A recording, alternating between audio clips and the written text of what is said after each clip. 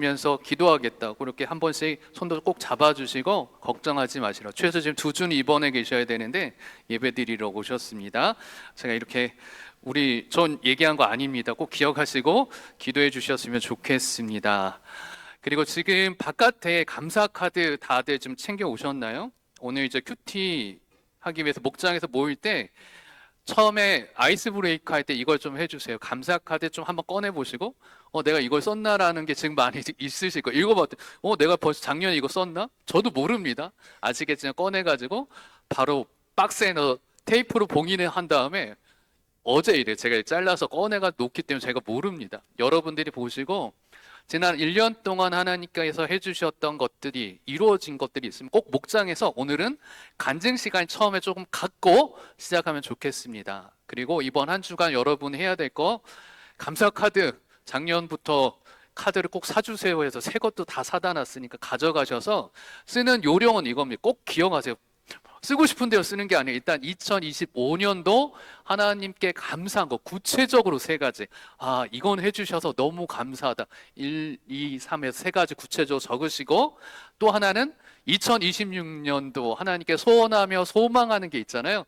1, 2, 3 하나님 이것을 이루어 달라고 구체적으로 두리뭉실하게 우리 건강이 너무 중요하긴 하지만 우리 가족 건강 지켜주세요. 이런 너무 두리뭉실한 기도 말고 조금 더 구체적. 아무도 안 보니까 하나님과 여러분만 보는 거기 때문에 2026년도 소원의 기도를 1, 2, 3 오셔서 카드에 넣고 테이프 붙이시고 다음 주 오셨을 때 앞에 나와서 이 장식물에 놓으실 때 놓고 기도하는 시간을 가졌으면 좋겠습니다. 꼭 기억하시면 좋겠습니다. 오늘부터 여러분들 큐티, 우리 큐티 하는 교회인데 큐티가 여호수아 1장으로 시작됩니다. 물론 목장방에서는 지난주 디모데후서 이야기를 계속 하겠지만 여호수아 이야기를 오늘부터 시작을 해요. 그래서 오늘 말씀이 1장 1절부터 9절의 말씀인데, 그래서 저희가 이 큐티를 이 한 달 동안 어떻게 해야 될까, 여호수아를 우리가 어떻게 읽어야 될까, 좀 배경과 이 말씀을 받는 여호수아의 마음을 좀 입장해서 이 성경 말씀을 저희가 먼저 좀 보도록 하겠습니다. 근데 저희가 좀 상식적으로 알아둬야 될 게 있는데, PPT에 지금 딱 보여주면 세 사람의 이름을 제가 적어 놓았습니다. 누구누구 적어 놨죠? 여호수아, 호세아, 예수. 왜 이렇게 세 명을 적어 두었을까요? 우리 이 음역으로 한글로 표현할 때 이렇게 이름이 다른데 예수도 예수라고 읽는 게 아니라 예슈아라고 읽어요. 여호수아도 여호수아가 아니라 여호수아 이렇게 읽으니까 발음이 조금씩 다른 것 같지만 똑같습니다. 그러니까 여호수아, 호세아, 예수가 한 단어예요. 뜻도 똑같습니다. 여호수아라는 뜻을 알면 호세아의 뜻도 알고 예수라는 뜻도 알아요. 이 이름의 뜻이 있어요. 뜻이 뭐죠? 예수의 뜻이, 이름이, 여호수아의 뜻이? 이제는 알아두셔요. 이제는 내년에 물어볼 때는, 내년 다음에 이 호세아든 예수님 복음서든 여호수아 나올 때 물어볼 때 아셔야 돼. 다 같은 뜻이에요. 구원이란 뜻이에요. 구원이란 뜻입니다. 그래서 여호수아는 사실은 구약 성경에 있는 예수님의 그림자 모형이에요. 그러니까 여호수아가 하는 일이 앞으로 예수님이 할 그림자로서 이미 구약 시대에 예언되어 있는 일입니다. 이제 그런 마음, 여호수아에 나오는 가나안 정복 전쟁이 예수님이 우리를 위해 하실 일들이구나라고 생각하면서 성경을 읽으면 훨씬 더 다가옵니다. 이제 아셨죠? 예수와 호세아, 예수의 뜻이 무엇이라고요? 뜻은 구원. 이제 이렇게 탁 나오면 됩니다. 그러면 여호수아는 누구일까? 이제 본론으로 가면 여호수아 1장 1절에 이 여호수아가 누구인지 그에 대해서 딱 나오고 있어요. 1장 1절 보면 이렇게 되어 있습니다. 한번 같이 읽어볼까요? 여호와의 종 모세가 죽은 후에 여호와께서 모세의 수종자 눈의 아들 여호수아에게 말씀하여 이르시되, 모세의 수종자예요. 모세의 시종입니다. 조금 더 쉽게 얘기하면 우리 아이들 있으니까 한자 말고 그냥 모세가 나이가 많잖아요. 80세부터 그 사역을 시작하니까 지팡이 짚고 사역해야 되니까 도와줄 사람이 필요합니다. 적어도 새순물 떠다 줄 사람이 필요한 거예요. 우리나라 속칭 말로는 이게 이 새순물 뜯으러 갈 힘도 없으니까 그를 도와줄 사람으로 여호수아를 붙여가지고 광야 40년 동안 모세 옆에서 모세의 몸종으로 40년을 지낸 사람이 누구다? 여호수아입니다. 그런데 모세가 딱 죽고 났더니, 모세가 죽기 전부터 이제 여호수아를 세우라고 얘기하셨지만, 여호수아가 모세의 몸종으로 있었는데 그 다음 모세 다음으로 리더가 되어야 돼요. 근데 우리가 생각할 때 모세는 어떤 사람입니까? 딱 하면 뭐가 떠올라요? 모세 하면 뭐가 떠오르나요? 지금 그게 나오죠. 딱 장면 두 장면을, 그래서 제가 그림을 가져. 첫 번째 장면은 홍해를 가르는, 이 우리 영화에도 너무 많이 나오잖아요. 너무 이 화려하고 멋진 이 장면, 홍해를 갈라주실 때 그의 손을 들었어요. 이 엄청난 장면, 이 모습을 보았을 때 여호수아는 바로 옆에서 봤잖아요. 자기가 따르는 몸종이라고 해서 기분이 나쁜 게 아니에요. 우와, 내가 섬기는 분이 엄청난 분이구나. 또 어떤 장면이 생각나나요? 아까 얘기했던 대로 십계명을 직접 받습니다. 하나님이 직접 써주시는 십계명을 혼자서 시내산에 올라가서 40일 동안 하나님 먹을 걸 주셨는지 모르지만 음식을 먹었다는 기록이 없이 40일 동안 하나님과 독대하고 하나님과 대면으로 십계명을 받아요. 그리고 나왔더니 얼굴에 뭐가 나와요? 얼굴에 빛이, 광채가 나와서 하나님하고 있었던 것만 얼굴에 그 빛의 광채가 나와서 이스라엘 사람들이 다 두려워요. 그래서 얼굴에 수건을 쓰고 나와서 이야기하는 장면을 생각할 겁니다. 그런 이 사람이에요. 그런데 또 문제는 뭐냐면, 모세가 죽을 때가 120세였는데 모세 죽는 장면을 신명기 34장 7절에 이렇게 묘사합니다. 어떻게 묘사하면 이렇게 얘기해요. 한번 읽어볼까요? 모세가 죽을 때 나이 120세였으나 그의 눈이 흐리지 아니하였고 기력이 쇠하지 아니하였더라. 노안이 우리는 언제부터 오나요? 한 45세 지나면 벌써 노안들 오시죠? 다초점 렌즈 안 쓰면 글도 안 보이잖아요. 근데 모세 지금 나이가 몇 살이에요? 120세인데 눈이 흐리지 않았대요. 우리 요즘에 성경책 보려하면 성경책 왜 못 보나요? 성경책 보려하면 눈이 막 눈물이 나 아프잖아요. 노안이 와서 그런 겁니다. 기력이 쇠하지 않았대요. 그러니 이 능력의 사람이 눈도 흐리지 않고 기력이 쇠하지 않으니까 그 다음 지도자를 세울 필요가 있어요? 없어요? 없습니다. 보통 우리 세자를 미리 책동을 하지만 이유는 그거예요. 왕이 뭐 하고 있기 때문에, 왕이 기력이 쇠하고 눈도 흐려지고 업무를 보려 하는, 계속 이상한 소리하고 자리에 앉아서 회의도 진행을 못하니까 다음을 준비하기 위해서 세자를 미리 책봉하고 그를 훈련도 시키는 겁니다. 근데 지금 모세는 어떻게 해요? 너무너무 능력이 뛰어나요. 전쟁하면 손만 들어도 전쟁에 승리가 일어나는데 누가 그 다음을 잇겠습니까? 그런데 그 다음으로 이어야 되는 사람이 누가 하나님 정해 주셨어요? 여호수아요. 그럼 여러분은 여호수아 생각하면 어떤 장면이 생각나나요?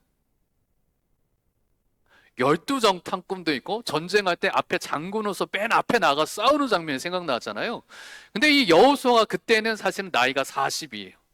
근데 나이가 40대에 나가서 막 싸움해서 장군으로서 앞에서 싸웠지만 지금은 광야에서 몇 년이 지난 후에요? 광야 생활 40년이 지났어요. 그러니까 여호수아의 나이가 지금 몇 살이에요? 80세예요. 80세입니다. 그래서 그림을 막 찾았는데 이런 모습이 찾을 수 있었어요. 지금 그림을 보여주면 면도기도 없고, 그리고 그들은 털을 자르면 안 되기 때문에 수염도 하얗게 이렇게 난 사람이 여호수아예요. 강력한 젊은 사람이 아니라 나이가 엄청 들었어요. 모세가 계속 얘기했죠. 모세가 시편 90편에 인생의 연수는, 사람의 연수는 70이요 강건하면 80이라. 그러니까 여호수아도 모세 은퇴할 때 지금 뭐 해야 돼요? 은퇴하고 죽을 준비해야 되는데 하나님이 그를 세우신 거예요. 그러니까 여호수아의 마음에 어떤 마음이 더 들겠습니까? 두려움이 더 꽉 들 거예요. 그런데 하나님께서 그에게 이렇게 얘기한 거예요. 1장 2절 이렇게 얘기합니다. 같이 읽어보겠습니다. 내 종 모세가 죽었으니 이제 너는 이 모든 백성과 더불어 일어나 이 요단을 건너 내가 그들 곧 이스라엘 자손에게 주는 그 땅으로 가라. 앞에 그 상황들 봤죠. 지도자도 엄청난 사람 대신해야 되고 그리고 그 나이 자기도 힘든데 문제는 지금 이제 여호수아가 해야 될 일은 모세가 한 일보다 더 어려워요. 모세는 무슨 일 했죠? 광야에서 그냥 물론 사막에서 버티는 것도 어렵습니다. 그러나 하나님이 물도 주시고 먹을 것도 다 주시고 더우면 그 구름 기둥으로 덮어 주시는데 걷는 것만 하면 돼요. 근데 여호수아는 뭐 해야 돼요? 전쟁을 해야 돼요. 첫 번째 맞닥뜨리는 성이 어떤 성이에요? 여리고성, 우리가 잘 아는 여리고성. 그 고대 여리고성에 대한 복원된 이 고고학자들이 복원한 그림이 있더라고요. 이렇게 생긴 성입니다. 지금으로부터 3000년 전에. 엄청나죠? 우리 이 작은 이 성들이 아니라 엄청나게 큰 성이에요. 왜냐하면 가나안 땅에 들어가는 그 입구기 때문에 항상 적들이 여기부터 쳐들어와요. 그렇기 때문에 그 성이 엄청납니다. 벽도 하나가 아니라 성벽도 두 겹으로 돼 있어요. 들어올 수가 없는 그런 구조로 돼 있습니다. 근데 이거를 이 이스라엘 백성 누구보다도 누가 잘 아냐 하면 여호수아가 잘 알아요. 40년 전에 뭐 했어요? 이 땅을 정탐꾼으로 이미 다 알았잖아요. 이 뭐예요? 모세는 이 그냥 광야길만 걸으면 되지만 자기에게 맡겨진 사명은 이 성을 무너뜨리고 가야 되는데 자기네 백성들은 노예 생활 430년하고 굳이 했던 게 40년 광야에서 있었던 거예요. 전쟁 군대도 아니에요. 그냥 광야길에 버티는 유랑하는 백성이었어요. 근데 이 백성을 데리고 이 성을 무너뜨려야 됩니다. 그리고 이 당시는 공성병기도 나오던 시대도 아니에요. 그건 훨씬 더 뒤에 나오기 때문에 이길 수가 없는 전쟁입니다. 그러면 이런 현실 앞에서 오늘 이 말씀을 이제 저희가 세 가지 관점으로 저희가 이제 보겠습니다. 모세의 이 엄청난 능력 앞에 여호수아는 걱정도 되고 두려웠을 거예요. 바로 앞에서 봤기 때문에. 그런데 이제 여호수아는 무엇을 붙들어야 될까요? 이 상황 앞에서, 이 두려운 상황 앞에서 하나님이 그에게 무엇을 붙들어야 되는지 분명하게 이야기합니다. 3절에 이렇게 되어 있어. 3절 한번 같이 읽어볼까요? 내가 모세에게 말한 바와 같이 너희 발바닥으로 밟는 곳은 모두 내가 너희에게 주었노니. 뒤에 있는 약속보다 이 노란색이 핵심이에요. 노란색 뭐라고 되어 있어요? 모세에게 말한 바와 같이. 무엇을 붙들어야 돼요? 말씀을 붙들어야 돼요. 말씀을 붙들어야 됩니다. 그래서 저는 이 문장 여러분들이 좀 귀에 잘 외우고 묵상할 수 있도록 이 문장을 드립니다. 이 문장 같이 한번 읽어볼게요. 같이 시작. 믿음의 시작은 상황이 아니라 약속 위에 서는 것. 다시 한번 읽겠습니다. 믿음의 시작은 상황이 아니라 약속 위에 서는 것. 현실은 너무나 불안합니다. 두렵습니다. 인생의 전환기마다 우리는 인생이 전환기라고 할 필요도 없어. 매주 분명히 이 주도 다음 주도 별반 다른 거 계획이 없는데 이번 주에 다음 주가 왔더니 전혀 생각하지 않았던 일들 때문에 우리에게 얼마나 현실적으로 불안하고 두렵고 어려운 일들이 얼마나 많이 닥칩니까? 아까 우리 고용수 집사님 이야기했는데 평생 자전거 타고 출퇴근했는데 건너는데 갑자기 차가 우회전하면서 와서 받을 줄 누가 알았겠어요? 그런 일이 갑자기 닥칩니다. 그런 일이 우리 각자의 가정에 있고 저에게는 이야기하지 않았지만 또 그런 상황이 있는 분들도 있을 거예요. 그리고 또한 그 너무나 큰 일 때문에 올 한 해 1년 내내 그런 불안과 두려움 속에 사셨던 분들도 있을 겁니다. 그러나 우리가 기억해야 될 것은 이 상황이 우리를 넘어뜨리는 게 아니에요. 상황이 우리의 문제, 우리의 상황을 이끄는 것이 아닙니다. 우리는 무엇을 붙잡아야 된다? 믿음의 시작은 상황이 아니라 무엇 위에 서는 것? 약속 위에 서는 것. 여러분 지금 당장 여러분의 상황을 보십시오. 그러나 상황을 볼 때 우린 그 문제 해결할 수 없어요. 그럴 때 그 상황을 보는 것이 아니라 무엇을 붙잡는 것? 말씀을 붙잡는 우리들이 되시기를 주님의 이름으로 축원합니다. 그렇기 때문에 하나님께서 내가 너와 함께 하겠다는 약속의 말씀, 여호수아에게도 했고 2주 전에 이사야에게도 했고 디모데에게도 했고 또 우리에게 했던 내가 너와 함께 하겠다는 이 약속의 말씀은 시대를 넘어 오늘 우리에게도 여전히 유효함을 믿으시길 바랍니다. 그럼 우리는 이 약속에 무엇을 붙들어야 될까요? 이미 얘기를 했죠. 우리 이미 다 알아요. 무엇을 붙들어야 할까요? 5절에 또 나와 있어요. 하나님이 하나하나 구체적으로 가르쳐 주세요. 왜 이렇게까지 구체적으로 가르쳐 주시니까 그만큼 지금 여호수아가 어떤 상태예요? 너무너무 두려워하는 거예요. 당연히 두렵겠죠. 우리가 그 자리에 있어도 그럴 거예요. 5절 이렇게 얘기합니다. 같이 읽어보겠습니다. 내 평생에 너를 능히 대적할 자가 없으리니 내가 모세와 함께 있었던 것 같이 너와 함께 있을 것임이니라. 내가 너를 떠나지 아니하며 버리지 아니하리니. 여호수아가 어쩌면 정말로 두려워했던 이유가 있을 거예요. 여호수아는 모세의 시종장이기도 했지만 전쟁에 가장 앞서는 장군이기도 했어요. 그러니까 전쟁에 능한 사람이 여호수아였습니다. 그러기 때문에 자신이 가진 지식 때문에 더 두려운 거예요. 여리고 성을 공략하려면 어떻게 해야 되는지를 이 전쟁에 너무 능하다 보니까 무엇이 필요하고 무엇이 필요한 저절로 머릿속에 있어요. 근데 우리가 가진 게 없잖아요. 차라리 아무것도 모르는 사람에게 그냥 가봐 하면 모르기 때문에 모르면 이렇게 무식하면 용감하다고 그냥 딱 가요. 그러다 그 일이 벌어질 수도 있는데 너무 여호수아가 지금 전쟁에 능하다 보니까 더 두려움이 있는 거예요. 그러나 하나님 그래서 이야기하는 거예요. 여호수아에게 주어진 힘은 군사력이나 경험이 아닙니다. 무엇이에요? 하나님께서 함께 하신다는 이 확신이 여호수아에게 필요함을 너무나 잘 아셔서 이 이야기를 하는 거예요. 내가 너와 모세에게 함께 있었던 것처럼 내가 너와 함께 있을 것이고 걱정하지 마. 내가 너를 떠나지도 않고 너를 버리지도 않겠다. 할렐루야. 이 말씀이 여러분에게도 하는 거예요. 그러니까 우리가 그 자리에 있는 거 똑같이 생각해 보십시오. 그러나 우리가 그 상황에 왔을 때 우리가 어떻게 하고 있습니까? 무엇에 더 의지했어요? 당연히 우리는 경험에 의지했고 상황에 의지했고 눈앞에 있는 문제에 딱 의지했더니 어떤 일이 벌어요? 두려워하고 걱정하고 담대하지 못하게 되는 거예요. 그래서 하나님이 공식처럼 가르쳐 준 거예요. 내가 너와 함께 하겠다라고 이야기합니다. 그리고 하나님이 함께 하겠다는 이야기는 무엇이냐? 그 이야기는 이 이야기예요. 신명기 1장 30절에 어떤 이야기를 하시냐 하면 잠깐 읽기 전에 신명기는 무슨 말씀이에요? 모세가 이제 다 40년 광야 생활 끝나고 이제 요단강만 건너면 가나안 땅에 그래서 나도 이제 가나안 땅 가겠네 하고 딱 갔는데 하나님 뭐라고 했어요?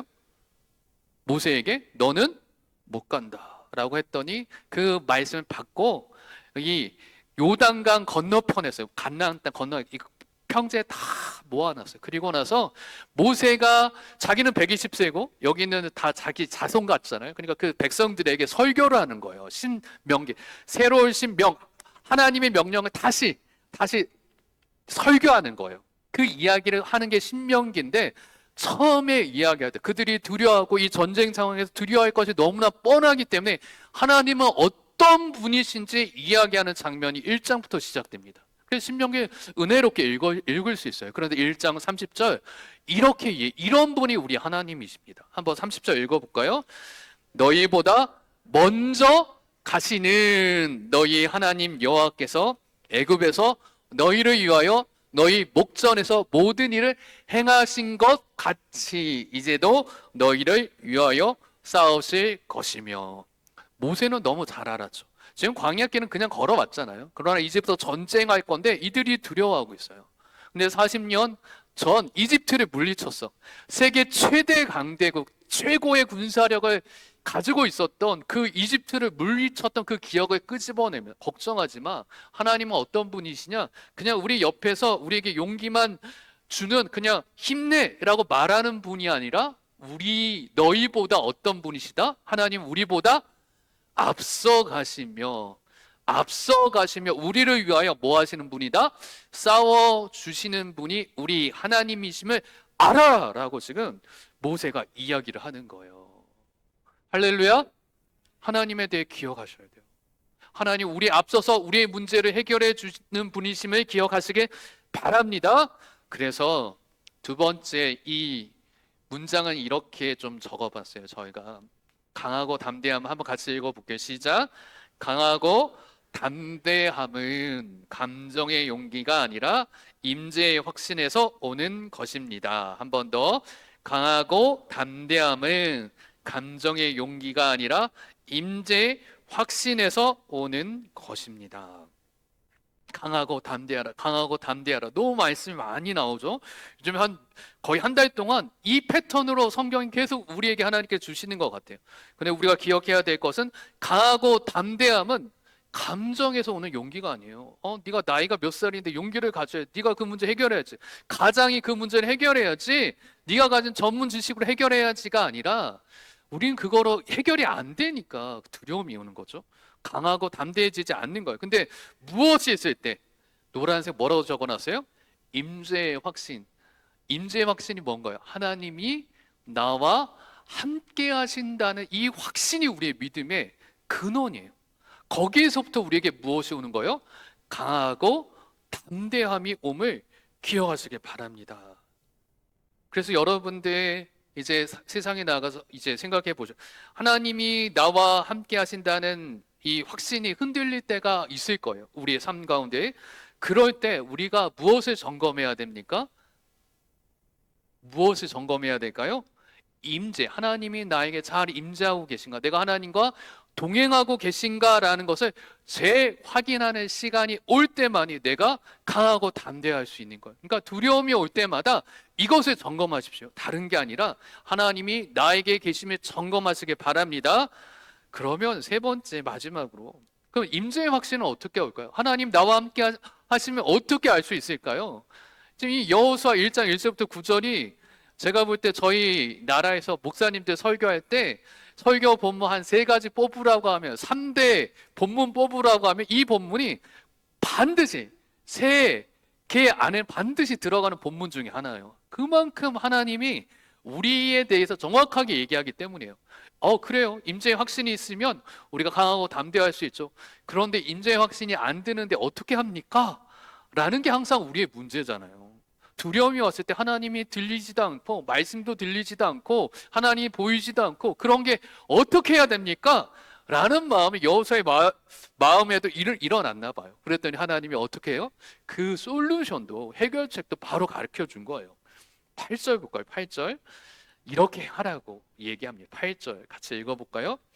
이 율법책을 내 입에서 떠나지 말게 하며 주야로 그것을 묵상하여 그 안에 기록된 대로 다 지켜 행하라. 그리하면 내 길이 평탄하게 될 것이며 내가 형통하리라. 이 말씀 해석하기 전에 이번 주에 큐티했던 본문 디모데후서 3장 16, 17절도 한 번 더 볼게요. 성경 구약에서 신약까지 다 같은 패턴으로 이야기해요. 똑같은 이야기입니다. 디모데후서 3장 16, 17절 이번 주에 큐티했었죠. 그 기억하면서 앞에 말씀 보기 위해 한번 읽어보겠습니다. 모든 성경은 하나님의 감동으로 된 것으로 교훈과 책망과 바르게 함과 의로 교육하기에 유익하니 이는 하나님의 사람으로 온전하게 하며 모든 선한 일을 행할 능력을 갖추게 하려 함이라. 같은 이야기예요. 같은 이야기. 우리가 이 땅에서 두렵고 걱정되는 일이 있을 때 우리가 이게 능력이 필요하잖아요. 강하고 담대한 능력이 나타나야 되는데 그것이 어디에서부터 온다는 거예요? 말씀에서 온다는 게 이 큐티예요. 다시 앞에 PPT 보여주면서 여호수아 1장 8절 보도록 하겠습니다. 그래서 하나님 구체적으로 한 이야기들을 우리가 기억해야 돼요. 기억하고 우리가 어떻게 이 문제를 해결해야 될지 보도록 하겠습니다. 첫 번째는 이렇게 돼 있어요. 이 율법책, 그러니까 성경입니다. 성경을 그러니까 말씀을 어떻게 해요? 내 입에서 떠나지 말게 하며 주의하려 그것을 묵상하여. 말씀을 어떻게 하라는 거예요? 말씀을 묵상하라는 거예요. 그리고 묵상하가라고 하는 건데 우리는 그 큐티로 하고 있어요. 우리 교회는 큐티하고 있어요. 큐티가 뭐예요? 큐티. quiet time, 조용한 시간에 그 말씀을 가지고 읽고 기도하고 말씀 큐티를 했어요. 하고 나서 어떻게 해요? 그 큐티 책은 덮었다가 잊어버리나요? 아니죠. 그 말씀을 하루 종일 하나님 나에게 주신 말씀으로 생각하고 묵상하고 되새기고 외워보고 또 내 삶에 어떻게 적용해야 될지 적용해보고 머릿속에 계속 생각하라고 하는 게 큐티라고 했잖아요. 근데 왜 그렇게 하냐면 하나님이 이렇게 하라고 한 거예요. 그러니까 하가가 뭐냐면 주야로 그것을 하가 묵상하라는 것은 입에서 읊조리는 거예요.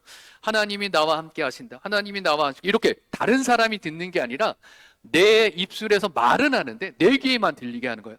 하나님이 나와 함께 하신 일을 하면서도 뭐 커피를 타면서도 어떤 일을 하면서도 운전을 하면서도 속으로 계속 생각하는 거예요. 입으로 조금씩 얘기하면서 아무도 안 들릴 때 하나님이 나와 함께 하신다. 오늘 본문이 그거였으면 하나님이 나와 함께 하신다라고 이야기하라는 거예요. 그냥 아멘하고 말씀을 받고 끝내는 게 아니라 말씀 받은 것을 가지고 어디에서 그것을 묵상하라는 거예요? 주야로 묵상한다는 게 내 삶 가운데서 말씀을 묵상하라는 거예요. 이것이 저에게 하나님께서 주시는 일입니다. 기억하셔야 돼요. 첫 번째, 뭘 한다? 우리가 큐티하고 이제 카톡방에 올려놓고 이제 끝났다. 딱 덮어놓고 오늘 숙제 끝 덮어두는 게 아니라 이제 큐티를 했다 하면 머릿속에서 내가 가장 마음에 하나님께서 내게 주셨던 그 본문이나 말씀을 다 가지고 하루 종일 어떻게 하는 거야? 하루 종일 생각날 때마다 하가 묵상 되뇌이는 거야. 하나님이 나와 함께 하신다. 하나님이 나와 함께 하신다. 여전히 그 뜻이 잘 이해는 안 되지만 어떻게 하라? 시키는 대로 하는 거예요. 그냥 시키는 대로 말씀을 시키는 대로 하는 거예요. 이것이 말씀을 살아내는 겁니다. 여러분 이번 주에는 그 일을 해 보십시오. 큐티를 하다가 안 하시는 분들도 있는데 이번 주에 다시 여호수아가 시작되니까 꺼내놓고 말씀을 보는데 오늘 본문 읽고 1절부터 9절 중에 나한테 너무 마음에 와닿는 말씀, 오늘 설교 가운데 있었던 말씀이 있다면 오늘 주일부터 해보십시오. 이 말씀 내가 붙들겠다. 하나님이 나와 함께 하시겠다 하면 그 말씀 어떻게 한다? 첫 번째, 입으로 계속 되새김질할 듯이 말하면서 하루 종일 묵상한다. 1번. 성경 구절을 보여주세요. 이것이 1번이 하나님 우리에게 하신 이야기. 1번. 큐티 본문 보여주세요. 본문 1장. 그냥 두 번째는 뭐라고 됐어요? 그 안에 어떻게 돼요? 말씀 안에 뭐 하라고 돼 있어요? 그 안에 기록된 대로 다 지켜 행하라. 말씀을 어떻게 하라는 거예요? 말씀을 지켜라. 저희 교회에선 제가 여러분들 얘기하는 말씀은 살아내는 거라고 이야기하는 거잖아요. 어떻게 말씀을 다 지켜요? 목사님 그거 어떻게 우리 삶도 바쁜데 여러분 지금 이 말씀이 앞뒤가 바뀐 걸 생각해 보세요. 여호수아가 말씀 모세에게 받은 모세오경 그 말씀 받은 것 가지고 주야로 묵상하고 그 말씀을 지키기 위해서 노력하는 게 어려울까요? 앞에 홍수가 난 요단강을 가르고 여리고성을 무너뜨리고 가나안 땅의 7 부족을 다 몰아내는 게 어려울까요? 여러분 생각해 보십시오. 당연히 말씀 실천하는 게 100만 배는 더 쉽습니다. 하나님은 우리에게 그 어려운 문제 앞에서 이 문제를 해결하기 위해 더 쉬운 방법을 제시해 주신 거예요. 여러분 이걸 기억하셔야 돼요. 말씀을 지키는 게 어렵다고 생각하지 마시고 내 앞에 이것을 안 할 때 내 앞에 닥쳐올 여리고성의 문제, 이 문제 앞에 쓰러지고 두려워하고 넘어져 있는 우리의 모습을 바라보고 이 문제를 우리가 해결할 수 없잖아요. 여리고성이 아니면 내가 그냥 해결하잖아요. 여리고성 해결할 수 없기 때문에 하나님께 의탁하는데 하나님께 그 임재를 확신하려면 우리가 무엇을 붙들라는 이야기예요? 말씀을 붙들어야 되는 거예요. 말씀을 붙들며 이 일이 일어난다는 거예요. 그래서 하나님이 딱 약속하셨잖아요. 그리하면 한번 읽어볼까요? 그리하면 내 길이 평탄하게 될 것이며 내가 형통하리라. 형통은 영어에는 success예요. 성공이에요. 여러분 성공하길 바라시잖아요. 우리 자녀가 잘 되길 바라시고 우리의 경제도 건강도 다 성공하길 바라시잖아요. 형통하기를 원하잖아요. 근데 형통하기를 바라는데 하나님께서 얘기했어요. 그리하면 그냥 우리에게 형통을 주신다고 하시지 않았어요. 우리가 믿음에 대한 확신이 있어야 되는데 이 확신을 위해서 이 8절에 딱 2가지밖에 없어요. 말씀을 묵상해야 돼. 왜? 그래야지 나한테 두려움이 없고 하나님을 의지하니까. 그래야지 하나님을 의지하고 그 믿음이 있어야지 하나님이 역사한다고 했어요. 그리하면 내 길이 평탄하고 형통하게 된대요. 여러분, 이거 기억하셔야 돼요. 말씀을 제발, 제가 계속 얘기하잖아요. 제발 말씀을 믿기를 바랍니다. 우리가 말씀을 믿는다는 것은 믿으면 그대로 해요. 우리가 말씀을 어떻게 지킵니까? 이렇게 물어보면 저는 계속 얘기했잖아요. 왜 못 지킵니까? 말씀을 안 믿기 때문에 안 지켜지는 거예요. 말씀에 의심이 있으니까 안 지켜지는 거예요. 기도하면 됩니다 라고 이야기를 해도 우리가 왜 기도가 안 될까요? 이유는 간단해요. 기도하면 된다고 안 믿으니까 그러잖아요. 의사 선생님이 이렇게 해서 이 약 꼭 먹어야지 이 질병이 고쳐집니다 하고 하면 그 약을 어떻게 해요? 내가 어떻게 의사 선생님 말을 들어? 이 약 안 먹어? 하시는 분 계신가요? 가벼운 병은 그렇지 모두 큰 병 걸릴 때는 의사 선생님의 말씀이 하나님 말씀이에요. 그 약 반드시 지키잖아요. 그럼 꼭 물어보자. 이 약은 30분 뒤에 먹어야 되나요? 밥 먹은 뒤에 먹어야 되나요? 그 꼭 전에 먹으면 안 되나요? 이후에 먹어요? 꼭 물어봐. 어떻게 하기 위해서? 그 말씀을 지키기 위해서 그걸 꼼꼼하게 물어봐요. 의사에게 어떻게 얘기 들었는데 또 약사 선생님에게 가서 또 물어봐. 왜 물어보나요? 지키기 위해서. 그러나 말씀 우리가 어떻게 해요? 이 예배 시간에 듣고 제가 그 얘기 계속 하잖아요. 우리가 어떻게 말씀 듣고 저랑 악수하시면서 저에게 말씀 다 주고 잊어버리고 그냥 가시잖아요. 제가 정말 부탁합니다. 오늘부터 우리가 해봤으면 좋겠어요. 다음 주 감사주의도 오기 때문에 하나님 내 이 문제 너무나 어려운 문제들 있잖아요. 그래서 목장에 제가 숙제 드린 거 있어요. 주차장 기도하는 거 목자들 꼭 해보십시오. 여러분들 말씀을 정말 한번 믿어봤으면 좋겠어요. 근데 그 믿을 때 어떻게 믿어야 되냐? 제가 얘기하는 진심으로 적당히 어줍지 않게 믿는 게 아니라 진심으로 하나님이 함께 하시면 내 문제가 진짜 사라지고 두려움이 사라지는 것뿐만이 아니라 형통의 길이 열립니다. 그러기 때문에 내가 말씀을 묵상하고 순종해 보겠습니다 라고 내 영혼에 내가 스스로 결단을 해보십시오. 그냥 여러분 예배 한번 드리고 예배 드리는 거 너무 중요합니다. 근데 예배를 드렸는데 그 말씀이 나에게 오지 않으면 소용이 없어요.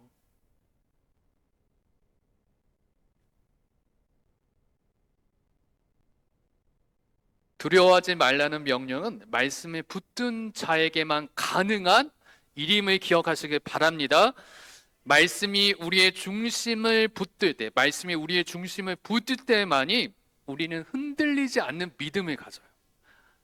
그래야지 이 흔들리지 않는 믿음이 가져야지만 누가 역사하기 시작하는 거예요? 하나님이 역사하는 거예요. 그래서 이 믿음은 무엇으로부터 온다? 말씀으로부터 오는 거예요. 그래서 우리가 큐티하고 묵상을 하는 거예요. 그래서 여러분이 그 말씀을 붙들기 시작할 때 여러분의 삶이 달라질 겁니다. 여러분이 오늘 가셔서 이번 한 주 감사 카드 쓰실 때 내용이 달라질 거예요. 그냥 목사님이 하라고 하고 앞에다 꽂아놔야 되니까 그냥 적는 그 글이 아니라 하나님이 해주실 약속을 믿고 그럼 더 강하게 적어요. 세게 적어야 돼요. 왜? 하나님이시니까. 기도하고 카드 적는 내용부터 달라질 거예요. 하나님께 기도하는 내용이 달라질 것입니다.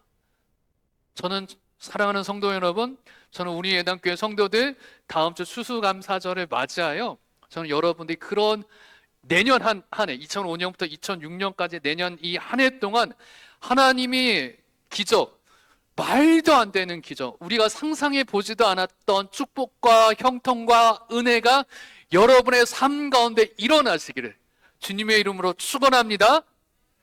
그 일을 위해서 말씀을 묵상하고 말씀을 붙드는 우리 모두가 되시기를 주님의 이름으로 축원합니다. 오늘 이 찬양 부르시면서 다시 한번 저희가 결단하실 때 저희의 믿음의 증진은 하나예요. 여러분 다른 거 없습니다. 믿음의 증진에 나오는 게 내가 방언을 하거나 병을 고치거나 천사의 말을 하는 게 아니에요. 지난주까지 있었던 내 삶 가운데 내가 말씀을 하나 더 믿고 실천해 나가는 게 믿음이 증진입니다. 그걸 기억하시고 이번 한 주 오늘 받은 말씀대로 살아내기 위해 정말 몸부림칠 수 있는 우리 모두가 되셨으면 좋겠습니다. 같이 찬양 드릴까요? 우리 성가대에서도 했었던 찬양이고 가사를 기억하시면서 찬양하셔. 모르는 분들도 특별히 후렴에 좀 집중해서 이번 한 주 그 하나님의 은혜를 하나님 함께 하신다 그 은혜를 기억하며 결단했으면 좋겠습니다.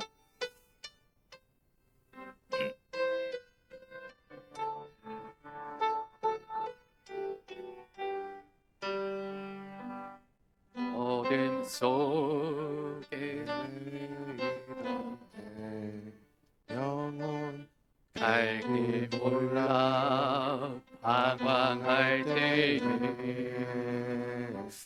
주의 십자가 영광의 그 빛이 나를 향해 비추어 주셨네. 주홍빛보다 붉은 내 죄 그리스도의 피로 씻기어 완전한 사랑 주님의 은혜로 새 생명 주께 얻었네. 그대 아니면 나서지 못하네.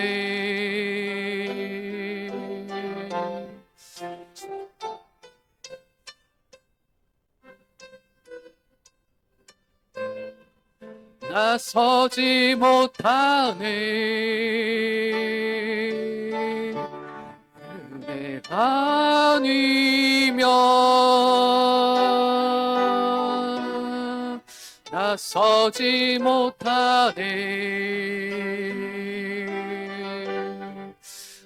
놀라운 사랑 은혜 아니면 나서지 못하네. 처음부터 다시 배워볼게요.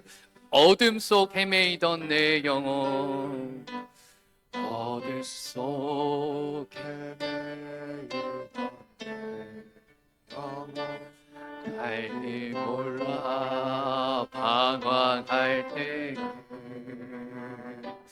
주의 십자가 영광의 빛이 나를 향해 비추어 주셨네. 주홍빛보다 더 붉은 내 죄 그리스도의 피로 씻기어